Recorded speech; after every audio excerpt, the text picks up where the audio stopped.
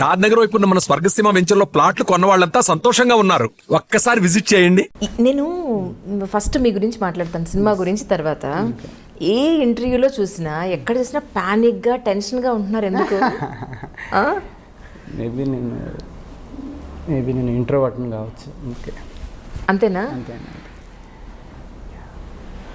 ఇప్పుడు మీరు హీరో నాగార్జున గారు మీరున్న దాంట్లో, కానీ మీరు సుమగారి షో తీసుకున్నా ఎక్కడ చూసినా సరే మీలో ఒక టెన్షన్ ఉంటుంది. ఓకే, మీ బాడీ లాంగ్వేజ్లో అది చూసిన వాళ్ళకి అర్థమవుతూ ఉంటుంది. నాకు అర్థం కాలేదు ఎందుకు ఇంత టెన్షన్గా ఉన్నారు. సినిమా హిట్ అయింది, whatever it is, cinema hit అయింది, so you have to be happy కదా. సో ఎందుకు అంత టెన్షన్గా ఉన్నారా అని. టెన్షన్ అంటే మేబీ అంతమంది ఒకటేసారి నన్ను చూడడంతో కాన్షియస్ అయిపోవడం కావచ్చు. ఇప్పుడు మేము కెమెరామెన్లు ముగ్గురే ఉన్నాం. అంటే ఇప్పుడు ముగ్గురే అండి, బట్ చూస్తారు కదా చాలా మంది. అవును, మేబీ అనారోస్నెస్ కావచ్చు. సో కాన్షియస్ అయిపోతుంది. Yeah maybe. ఇప్పుడు ప్రశాంతంగా ఉన్నారు ఇప్పుడు. Okay, cool. సార్, సినిమా గురించి మాట్లాడే ముందు ఒక్కసారి మీ ఊరిని, మీ ఫ్యామిలీని, మీ తల్లిదండ్రులను ఒకసారి తలుచుకుందాం. అది మాది, నేను 10th పుట్టింది నారాయణఖేడ్ అండి.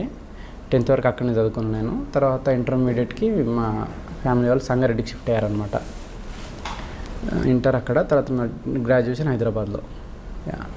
ఏం చేశారు గ్రాడ్యుయేషన్? నాది BCA అండి, ఇది అమీర్పేట్ న్యూ సైన్స్ కాలేజ్లో. ఓకే, సో డిగ్రీ తర్వాత ఇంకా మళ్ళీ ఫర్దర్గా లేదని చదవలేదు. ఇంట్లో వాళ్ళు ఏమన్నారు అప్పుడు? అంటే how come you are into film industry అంటే ఏం చెప్తారు? అంటే అదండి, ఇప్పుడు మనకు ఊహ తెలిసే టైంకి ఒక విషయం చాలా ప్లెజర్ ఇస్తుంది కదా. మేబీ నాకు సినిమాల్లో చాలా ప్లెజర్గా అనిపించింది. సో అప్పటికి డైరెక్షన్ అనేది తెలీదు, బట్ మూవీస్లో ఉండాలి అనే ఫీలింగ్ అనమాట. తర్వాత కొంచెం క్రాఫ్ట్ అదంతా అర్థమయ్యేసరికి డైరెక్షన్ చేయాలనే ఒక ఆలోచన. మీవి యాక్చువల్లీ ఇంతకుముందు మీరు ఎక్కడ వర్క్ చేస్తారు ఏంటి అని మీకు తెలుసుకుందాం అనే ప్రాసెస్లో నేను మీ నెట్లో కొట్టి చూస్తే కొన్ని షార్ట్ ఫిలిమ్స్ ఉన్నాయి మీవి. ఓకే, యాక్చువల్గా ఐ థింక్ 4 or 5 ఎన్ని చేస్తున్నారు ఇంతకుముందు? మీ ప్రీవియస్ ఎక్స్పీరియన్స్ అంటే డిగ్రీ అయిన తర్వాత సరే ఏం చేద్దాం అనుకున్నారు, మీరు ఎక్కడెక్కడ జాబ్ చేశారు, లేదా ఈ షార్ట్ ఫిల్మ్స్ ఎలా తీస్తారు? ఒక్కసారి ప్లీజ్ ఓపెన్ అప్ అయి మీరు ఓపెన్గా మాట్లాడచ్చు, నో ప్రాబ్లం. డిగ్రీ తర్వాత యాక్చువల్గా నేను సంగారెడ్డిలో 3 years ఖాళీగా ఉన్నాను. నేను అక్కడనే ఖాళీగా ఉన్నాను. తర్వాత నేను హైదరాబాద్కి వచ్చి సినిమా ట్రయల్ స్టార్ట్ చేశాను. ఆ 3 years టైంలోనే నేను ఒక మిస్డ్ కాల్ అనే కామెడీ షార్ట్ ఫిల్మ్ చేశాను నేను. అది నాగేశ్వరికి బాగా నచ్చింది అనమాట. ఇప్పుడు నాకు జాతిరత్నాలు సినిమా రావడానికి కూడా కారణం అదే. తర్వాత ఇక్కడికి వచ్చిన తర్వాత కొంతమంది రైటింగ్ డిపార్ట్మెంట్కి అట్లా పిలిచేటోళ్ళు అనమాట, ఏదైనా సినిమాకి రాయడానికి అట్లా ఇలా. అప్పుడు నాకు గురించి పరిచయం అయ్యాడు ఉయ్యాల జంపాల సినిమా డైరెక్టర్. ఓకే, పరిచయం కావడంతో అప్పుడు నేను ఉయ్యాల జంపాల సినిమాకి పనిచేయడము, అదే బ్యానర్లో ప్రొడ్యూసర్ నాకు పిట్టగొడ అనే సినిమా డైరెక్షన్ చేయడానికి అవకాశం ఇవ్వడము. ఆ సినిమా రిలీజ్ అయింది. ఆ సినిమా అసలు సక్సెస్ కాలేదు. సో దాని తర్వాత మళ్ళీ అంటే గ్యాప్ అనేది రాలేదు యాక్చువల్గా. ఆ సినిమా పోస్ట్ ప్రొడక్షన్లో ఉన్నప్పుడే నాగేశ్వరం కలిశాడు నన్ను. సో ఏ సినిమా చేద్దామనే దాంట్లోనే గ్యాప్ వచ్చిందనమాట. అచ్చా, నాకు ఇప్పుడు బాగా అర్థమైంది నాగార్జున గారికి మీకు ఎలా ప్యాచప్ అయిందో. ఆయన కూడా చాలా తక్కువ మాట్లాడతారు, మీరు కూడా చాలా తక్కువ మాట్లాడతారు, అందుకే ప్యాచప్ అయింది అంటారా మీ ఇద్దరిది? అట్లేం లేదండి, మేము బాగానే మాట్లాడతారు నాగేశ్వరం. అచ్చా, మీరిద్దరు ఉన్నప్పుడే మాట్లాడుకుంటుంటారు, అది సంగతి. అమ్మ వాళ్ళ గురించి ఒకసారి చెప్పండి. ఫ్యామిలీ ఎంతమంది? గవర్నమెంట్ టీచరు, మా అమ్మ హౌస్ వైఫ్, తమ్ముడు గవర్నమెంట్ టీచర్, అక్క గవర్నమెంట్ టీచరే. ఓ, మీరు ఆఖరి సంతానమా? లేదు, తమ్ముడు అని చెప్పా కదా. తమ్ముడు, అక్క మీరు మధ్యలో? మధ్యలో. ఓకే, వాళ్ళిద్దరు గవర్నమెంట్ టీచర్స్, మా daddy government teacher. Okay, so ఇప్పటివరకు అయితే మీ గురించి, మీ సెటిల్మెంట్ గురించి ఇంట్లో వాళ్ళు వెయిటింగ్ అయితే? అట్లేం లేదు, వెయిటింగ్ అంటే ఒక రకంగా ఆల్రెడీ. ఎందుకంటే వాళ్ళు మీకన్నా పెద్ద, మీకన్నా చిన్న, ఇద్దరు ఒక ప్రొఫెషన్లో సెటిల్ అయిపోయారు. So waiting for your settlement actually. ఒక మాట అంటే నేను అంటే వాళ్ళకు ఒక ఇమేజ్ ఇచ్చేసిన నేను మీరు నా గురించి పెద్దగా ఆలోచించాల్సిన అవసరం లేదు, నేను హ్యాపీగానే ఉన్నా అన్నట్టు. వాళ్ళు ఎక్కువ ఆలోచించేవాళ్ళు కాదు నా గురించి. సో అయితే ఒక మాటలో చెప్పాలంటే ఇంతకుముందు మీరు పెట్ట కూడా చేశారు అయితే? అండి, అవును, డైరెక్షన్ చేశాను. ఓకే, ఈ విషయం నిజంగా ఈవెన్ నేను నెట్లో కూడా చెక్ చేశాను, బట్ Okay. ఎక్కడ కూడా నాకు దొరకలేదు. Okay. So sorry for that. ఒక్కొక్కసారి అంతేనండి, Yeah. మన ఇంటర్వ్యూ చేయాలనుకునే గెస్ట్ది కొన్ని డెఫినెట్గా మిస్ అవుతూ ఉంటాం. ఎస్ అండి. సో ఆ మిస్ అయిన దాంట్లో ఇది ఒక పాయింట్ అనుకుంటాను మేబీ. సో ఫస్ట్ డైరెక్షన్లో ఇప్పుడు డైరెక్ట్ చేసిన దానికి ఆ మధ్యలో మీరు గమనించిన అంశాలు ఏంటి అంటే ఏం చెప్తారు? అంటే సెకండ్ సినిమాకు ఆబ్వియస్గా ఎక్స్పీరియన్స్ అనేది వస్తుంది మనకి. తర్వాత అంటే జనరల్గా ఫస్ట్ సినిమాలో మనం చేసిన మిస్టేక్స్ ఏంటి అనేది మీరు ఎక్కడ గుర్తించారు అనేది? అదేంటంటే ఇప్పుడు మేకింగ్ పరంగా కావచ్చు, షెడ్యూల్ ఎన్ని రోజులు ఎట్లా టైట్ చేసుకోవాలని కావచ్చు, లేదంటే సినిమా థియేటర్లో చూసినప్పుడు ఆడియన్స్కి ఏది కనెక్ట్ అవుతున్నారు, ఏది కనెక్ట్ కావట్లేదని కావచ్చు, ఎడిటింగ్లో ఏది కట్ చేయాలని కావచ్చు, చాలా అన్ని రకాలుగా మనకు ఒక ఎక్స్పీరియన్స్ అనేది వస్తుంది. బట్ మళ్ళీ సెకండ్ సినిమా కూడా తప్పులు జరుగుతూ ఉంటే థర్డ్ సినిమాకి అట్లా అది కంటిన్యూ అవుతూ ఉంటుంది. రైట్. సో డైరెక్టర్ అవ్వాలని వచ్చారు, ఎస్ అండి. ఎస్, ప్రూవ్ చేసుకున్నారు ఇప్పుడు, అంతే కదా? ఒక హిట్ కొట్టే అంటే ప్రూవ్ డైరెక్టర్నే. ఇప్పుడు ఏమనుకుంటున్నారు ప్రజెంట్? ఆపర్చునిటీస్ ఏమొచ్చాయి ఆఫ్టర్ దిస్? అంటే చాలామంది ప్రొడ్యూసర్స్ ఫోన్ చేశారండి, పెద్ద పెద్ద ప్రొడ్యూసర్స్. బట్ నెక్స్ట్ సినిమా వైజయంతిలో ఉంటుంది అనుకుంటున్నాను నేను. అశ్విన్ దత్ గారు ఫోన్ చేసి సినిమా చేద్దామని చెప్పి అన్నారు నాతోనే. సో వైజయంతిలోనే ఉంటుంది మూవీ, స్క్రిప్ట్లు రెడీగా ఉన్నాయి, చూడాలి ఎట్లా వెళ్తుంది అనేది. ఇప్పుడు అప్పుడు పెట్టే కదా, కానీ ఇప్పుడు నిన్న తీసిన జాతరత్నాలుగా రెండు మీ ఓన్ స్టోరీస్ అండి? ఓన్ స్టోరీస్ అండి. సో అంటే మీ ఓన్ స్టోరీస్ మాత్రమే డైరెక్ట్ చేయాలనుకుంటున్నారు? లేదండి, నాకు నన్ను ఎగ్జైట్ చేసే ఏ స్టోరీ అయినా సరే అది ఎవరు రాసి ఇచ్చినా నాకు ఏం ప్రాబ్లం లేదు.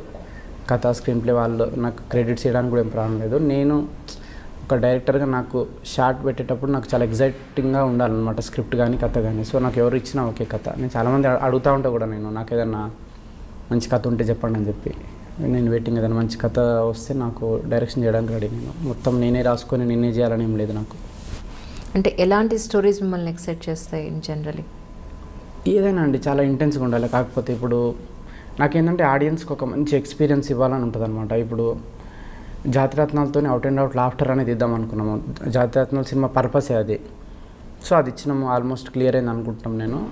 అదే నేను ఒక కామెడీ, సరే ఒక డ్రామా సినిమా రాసిన అనుకోండి, డ్రామా సినిమా రాసి ఆల్మోస్ట్ ఇక ఇప్పుడు కామెడీతో ఎంత నవ్వించినో ఆల్మోస్ట్ డ్రామాతో కూడా ఆడియన్స్ని అంతా ఎమోషనల్గా చేయాలనేది, అట్లా అంత ఇంటెన్స్ కథలు రాయాలని నాకు ఉంటుంది అనమాట. రాస్తున్న ఆల్రెడీ ఒక డ్రామా కంప్లీట్గా. సో చూడాలి అది ఎట్లా వస్తుంది అనేది. యా, కమింగ్ టు జాతిరత్నాలు, మీ ఇంటర్వ్యూ చేయడానికి ముందు నేను అనుకున్న సినిమా చూసే చేయాలి, సినిమా చూడకపోతే ఇన్డెప్త్ నేను అడగలేనేమో అనిపించింది.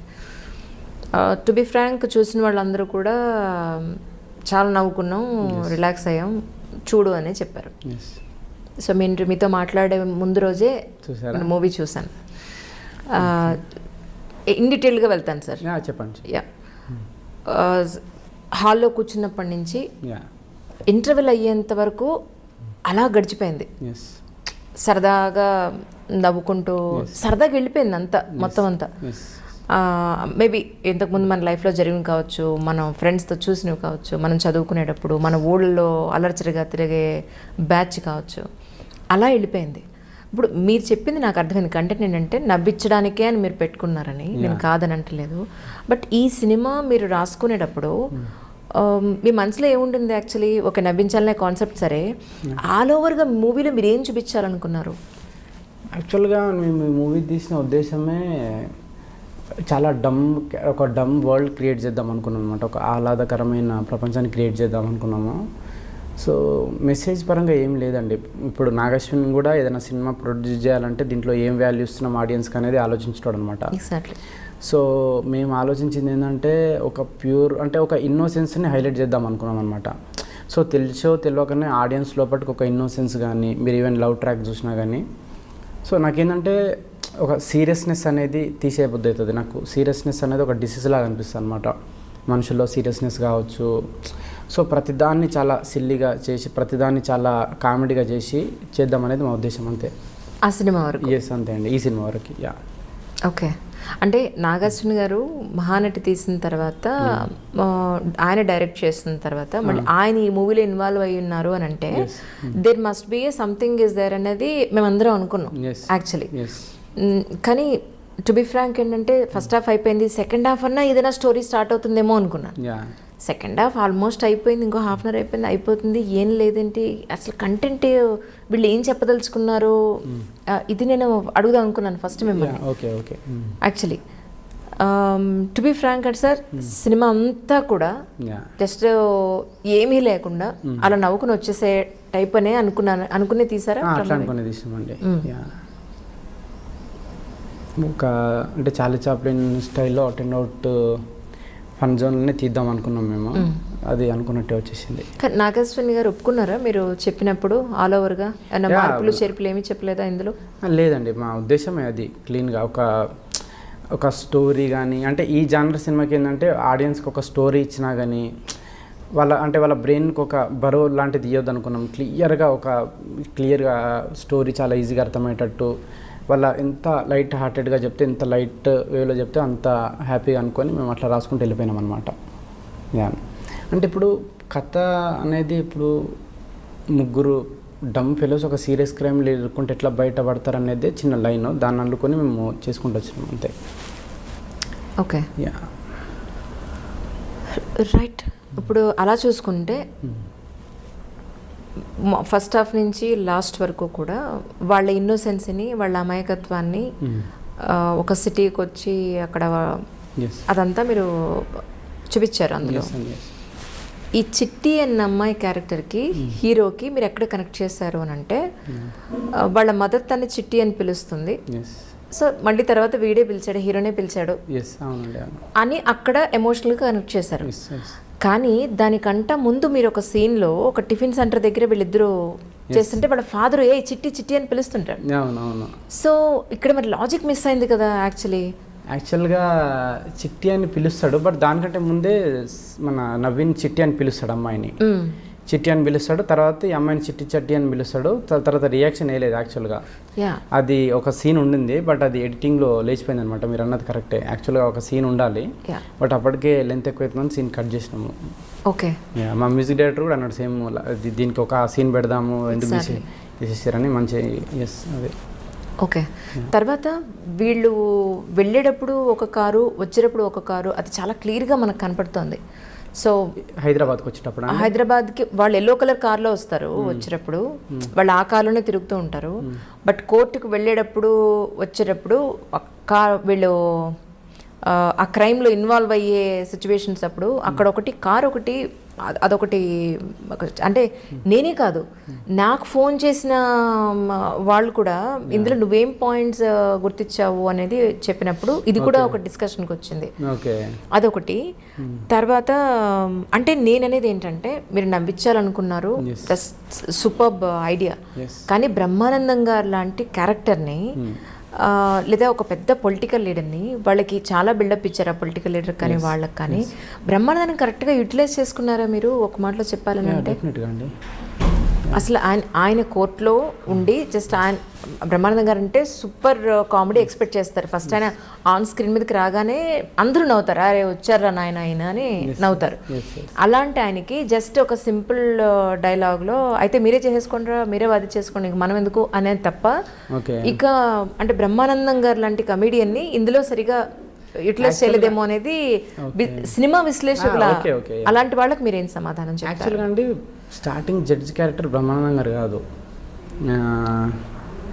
అసలు. నేను ఎవరిని అనుకోలే, స్వప్న గారు సడన్గా ఫోన్ చేసి జడ్జి క్యారెక్టర్కి బ్రహ్మానందం గారిని వాడదామా అంటే అప్పటికప్పుడు రాసింది అనమాట అది. ఓకే, సో ముందే బ్రహ్మానందం గారు అనుకొని రాసింది కాదనమాట అది. సో అప్పటికప్పుడు బ్రహ్మానందం గారు అనుకుంటే, మీకు బ్రహ్మానందం గారు హీరో ఆయనకంటూ మళ్ళీ సపరేట్ ట్రాక్ వేయాల్సి వచ్చింది. సపరేట్ ట్రాక్ ఏం వేయలేదు, స్పాట్లో దాన్ని అంటే కథ డిస్టర్బ్ కాకుండా రాసింది అనమాట అది. Okay okay. ఇంకొక విషయం సార్ ఏంటంటే, ఇప్పుడు మీరు కోర్టుని బేస్ చేసుకుంటూ, జ్యుడిషియరీని బేస్ చేసుకుంటూ కొంత సినిమా నడిచింది. సో అలాంటప్పుడు మనం దాని మీద కొంత రీసెర్చ్ చేసి ఉండుంటే మనం ప్రాపర్ మెసేజ్ ఇచ్చి ఉండేవాళ్ళం కదా అని అనిపించింది. ఒకటి ఎక్కడనంటే, శిక్ష పడకుండా వాళ్ళకి ఆ డ్రెస్ ఇవ్వరు, తెలుసు. శిక్ష పడకుండా వాళ్ళకి ఆ ప్లేట్ మీద బోర్డు పట్టుకొని వాళ్ళ పేరు అది డీటెయిల్స్ చెప్పరు. Yes, yes. సో వాళ్ళకి అందులో శిక్ష పడలేదు కానీ మీరు అది తీశారు. సో దాన్ని మీరు ఎలా జస్టిఫై చేస్తారు అని అంటే ఇది ఓన్లీ విమర్శకుల కోసమే, యా వాళ్ళకి సమాధానం చెప్పడం కోసం. అంటే ఇది ఒకటి ఏంటంటే టు బి ఫ్రాంక్ సినిమా రిలీజ్కి ముందు ఎవరికి అంటే మాకు కూడా సరిగ్గా తెలియదు అనమాట. సో నేను రీసెర్చ్లో నాకు తెలిసింది మొత్తం అప్పుడు యూనిఫామ్ ఇవ్వరని, జైల్లో ఇవ్వరని. బట్ నాకేంటంటే ఒక సాంగ్ కావాలి అక్కడ, చెంచల్ కూడా జైల్ సాంగ్. సో దానికోసం వేసిన అంతే. సో నేను చెప్పిన కదండి, లాజిక్స్ ఏం పట్టించుకోలేను నేను అసలు ఈ సినిమాకి. రైట్. యా అంటే as long as people hurt కానంత వరకు ఎంత హ్యూమర్ చేసినా నాకు ప్రాబ్లం లేదనమాట. సో ఈ లాజిక్స్ అని నేను పట్టించుకోను అసలు. ఓకే. అంటే పీపుల్ పర్టికులర్గా బాడీ షేమింగ్ కావచ్చు ఇట్లాంటి ఏమన్నా ఉంటే నాకు ప్రాబ్లం తప్పితే ఈ లాజిక్స్ ఇప్పుడు మీ సినిమా క్రిటిక్స్ అనుకునే లాజిక్స్ వీళ్ళు అనుకునే లాజిక్స్ కానీ ఇవి అసలు నేను కేర్ చేయను అనమాట. ఓకే. యా అంటే ఆల్ ఓవర్గా మీరు ఈ మూవీ మొత్తం అంతా బయటకు వచ్చిన తర్వాత ఎడిటింగ్ అప్పుడు నాగార్జున గారు కానీ ఎడిటర్ కానీ మీకు కానీ ఎక్కడా కూడా ఇంకేదైనా మిస్ అయ్యామా అన్న పాయింట్ ఎప్పుడన్నా మీరు ఆలోచించారా ఎప్పుడన్నా? ఇంకేమైనా మిస్ అయినామా అంటే లేదండి, మాకు చాలా సాటిస్ఫాక్షన్ ఉండేది. మాకు ఓటీటీలో చాలా క్రేజీ ఆఫర్ వచ్చింది కరోనా టైంలో, అయినా కానీ మేము ఫుల్ కాన్ఫిడెన్స్ అనమాట, ఇది జనాల ఆడియన్స్ ప్యూర్గా ఎంజాయ్ చేస్తారని చెప్పి అందుకే మేము ఆగి మరీ రిలీజ్ చేసినాం మేము. మాకు ఫుల్ హ్యాపీ సినిమా తీసినందుకు. మాకు అంటే ప్రేక్షకుల రెస్పాన్స్ని కూడా మేము చేయకముందే ఒక మంచి సినిమా తీసినామని చెప్పి మేమే బాగా ఎంజాయ్ చేసినాం సినిమాని. టోటల్గా మీరు చూసినట్టయితే ఆల్ ఓవర్గా సో కామెడీ అనేది దట్స్ రియలీ గుడ్ యాక్చువల్లీ. ఇప్పుడున్న ఈ ఫాస్ట్ లైఫ్ కానండి, ఈ టెన్షన్స్ లైఫ్ కానండి, కాసేపు కూర్చొని నవ్వు వెళ్ళిపోతారనేది 100% పర్ఫెక్ట్. అది దాన్ని అసలు ఎవరు ఏమి పాయింట్అవుట్ చేయడానికి లేదు. బట్ ఆల్ ఓవర్గా మీరు చూసినప్పుడు ఏది మనం పోర్ట్రేట్ చేస్తున్నాం ఫైనల్లీ లేదు ఒక జనాలకి మనం లేనిది ఏమన్నా చూపిస్తున్నామా, ఇంప్రాక్టికల్గా ఏమన్నా ఉందా అనే ఒక క్వశ్చన్ ఎక్కడ మీకు అనిపించలేదా? కోర్టు సీన్ కానీ కోర్టులో జనరల్గా అలా ఉండదు, ఖచ్చితంగా ఉండదు, దట్ ఈస్ ఇంప్రాక్టికల్. యాక్చువల్గా మీకు కోర్టే అట్లా ఉండదు. తెలుగు సినిమాలో చూస్తే మీకు